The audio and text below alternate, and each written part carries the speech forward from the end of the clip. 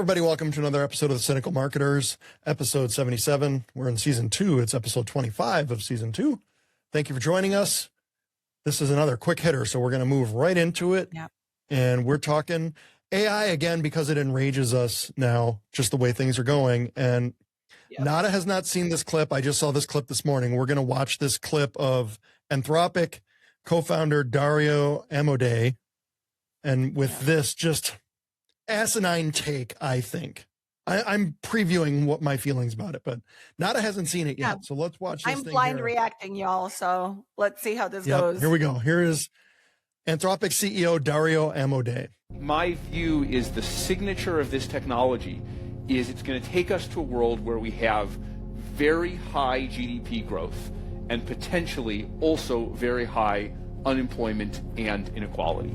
Now that's not a combination we've almost ever seen before, right? You think of it as high GDP growth, that's lots of stuff to do, lots of jobs for everyone. It's always been like that in the past.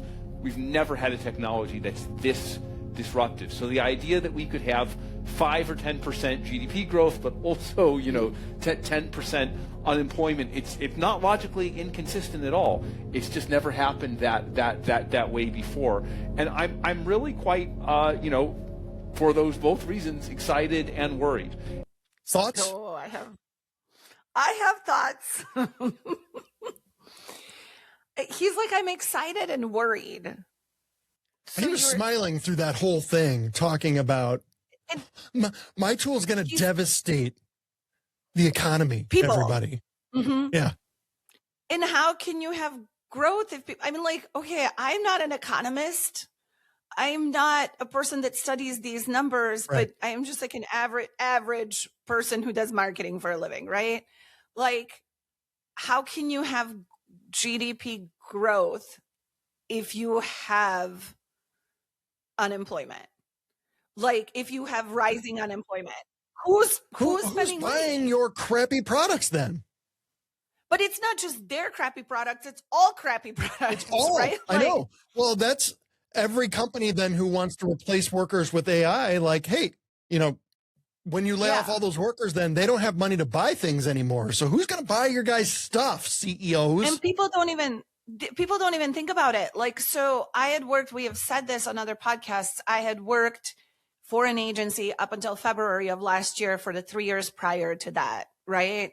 And we've done, contracting and consulting for several years anyway, overlapping that. But losing that income has, in my household, made a difference on what money gets spent on, Mm-hmm. And so, look, how can you in a same breath say, I'm excited and worried that I am about to increase unemployment, and saying like, oh, we've never seen that trend before of increased unemployment rates and increased GDP. Of course you haven't. I wonder why. Right. Right. And I'm sure he's excited at the dollar signs that could go into his bank account. And then he's probably worried that us unwashed masses out here might come for him with pitchforks and torches. I mean, I am just the fact that every single one of these idiots can sit on a panel, every single one of these AI co-founders, owners, Sam Altman, Elon Musk, like every single one of them can sit there and smile and say, this is going to end humanity. And people are not angry enough about it.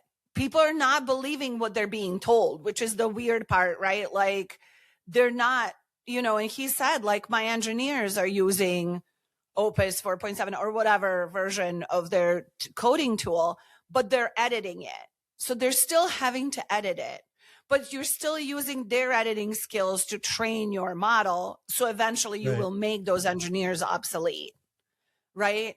And they're still working for you. They're actively getting themselves out of work.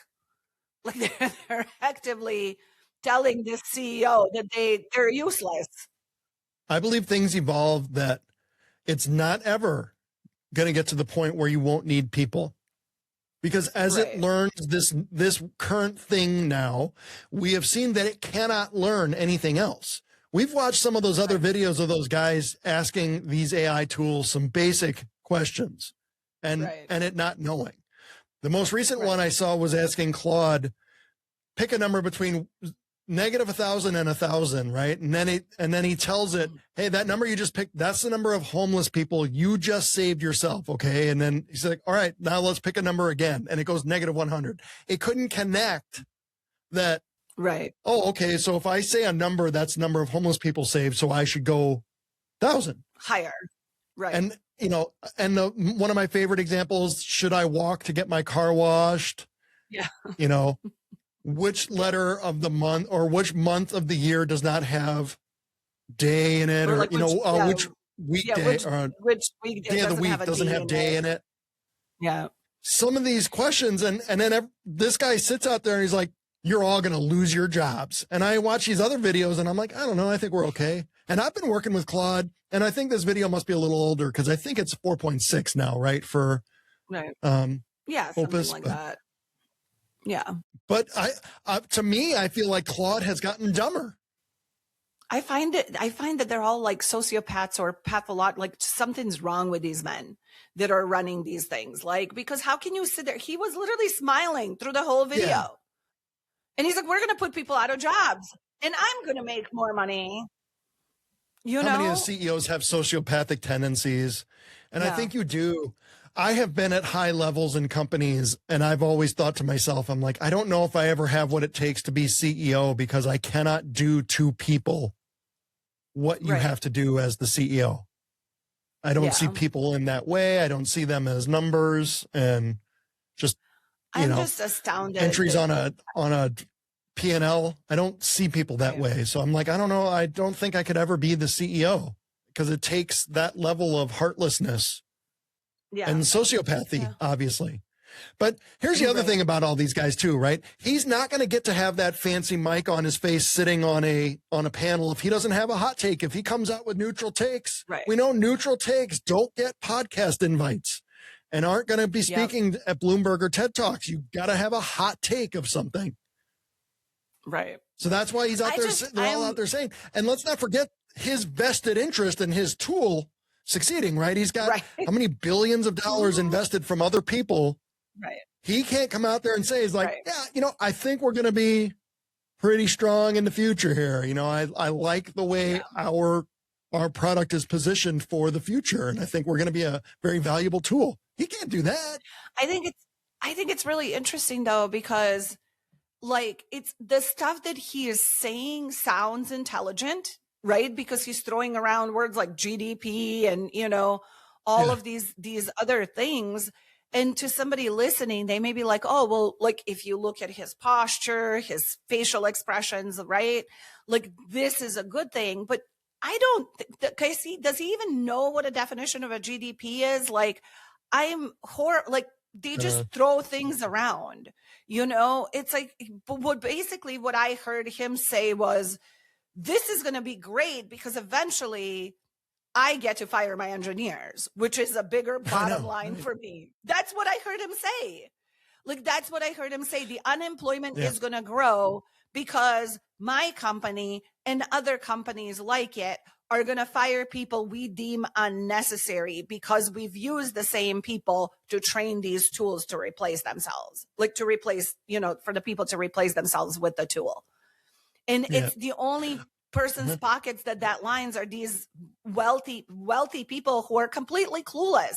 Like they're not bothered by the fact that gas is $5 a gallon and that, all the groceries have gone up like by 40% over the last year and a half. They're just like, look at my AI, like, look at all the things I can do. I think that they failed to take into account in the public. You've seen the videos of graduations recently where anytime someone mentions AI at some college graduation, they get booed. It's a disaster. People are not fans. No. So no. And I don't think anybody in the business is either. So screw that guy.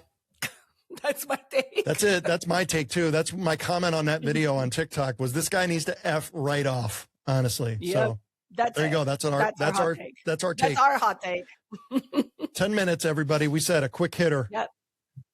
Quick there you hitter go. today. We'll see you again next week or in a few days anyway. Later. Yep.